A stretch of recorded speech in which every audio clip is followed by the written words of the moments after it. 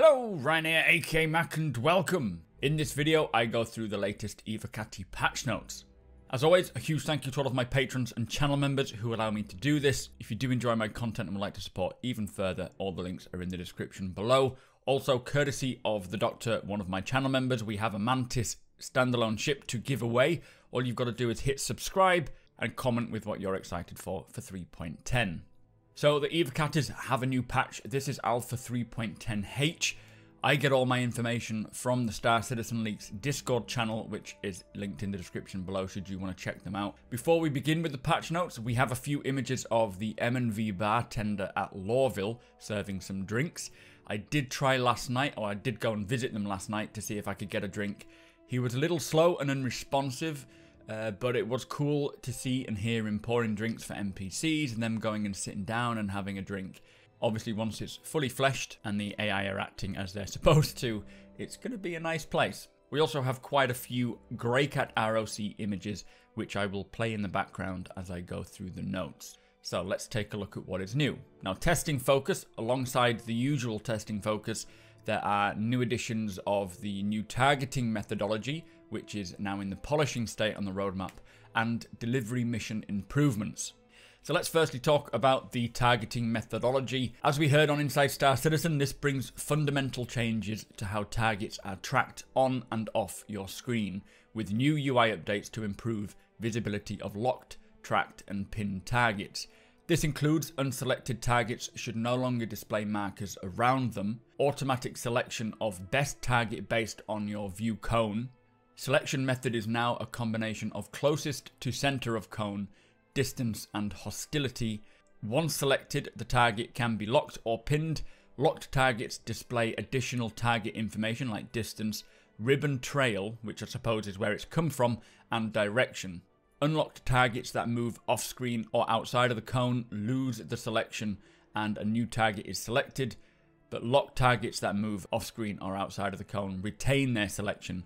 Pin targets are displayed to all members of the ship's channel, so whoever is on board your ship, be it a turret gunner, and all states of lock or pin have different reticles to show how they are different states.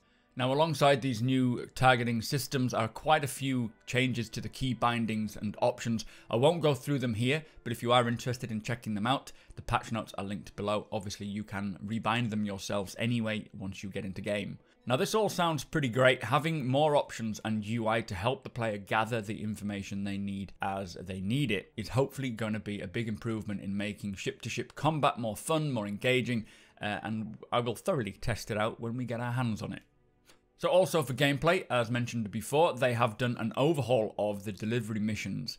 This includes creating the new multi-drop-off delivery missions and a drug running mission. Now this is kind of music to my ears. Delivery missions make up a large bulk of the missions I enjoy doing in the verse, but they're also likely going to be what many new backers get up to. So ensuring that they are working as good as possible is definitely important. Now I don't know what they have done to overhaul the missions, but I'm very excited to see what the changes are and whether they feel better. Plus, this new chained mission will be more rewarding, I'm sure. They have also greatly increased the amount of medium gem deposits. This is what the ROC can mine, so that's good because I still haven't found one. And they have set Gyro Mode as the default for all manned and remote turrets. For ships and vehicles, they have considerably increased thruster health to make them more robust to damage effects. This is good. Obviously, the more robust they are, the longer they can survive, and I don't want to have to be fixing them up every 2 minutes. They've also done visual updates to the design of the bore sight, the pip, and the TVI. They have added rear side thrusters onto the Sabre Raven. Now, this last one is pretty interesting, with the ships now behaving realistically in atmosphere and relying heavily on maneuvering thrusters to roll and yaw rather than flaps and ailerons. Being able to add maneuvering thrusters to help ships handle better is going to be very important. I would be interested to see if they plan to add any more maneuvering thrusters to other ships. And finally, for core tech, the weapon impact sparks should now be affected by wind, which is quite a nice touch. Now, there are 14 bug fixes, 3 client crash fixes, 7 server crash fixes, and a backend services crash fixed as well. Some of the bug fixes include the new Babbage tram should no longer have overly reflective glass windows. The Starfarer Gemini should be able to take off from the surface without needing to use afterburners.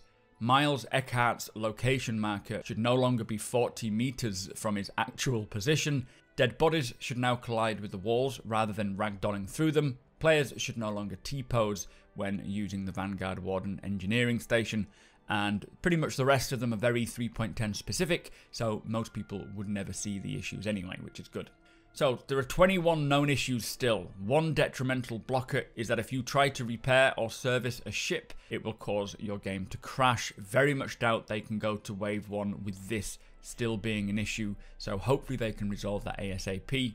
And also likely another blocker, the Greater ROC has a chance to become non-functional.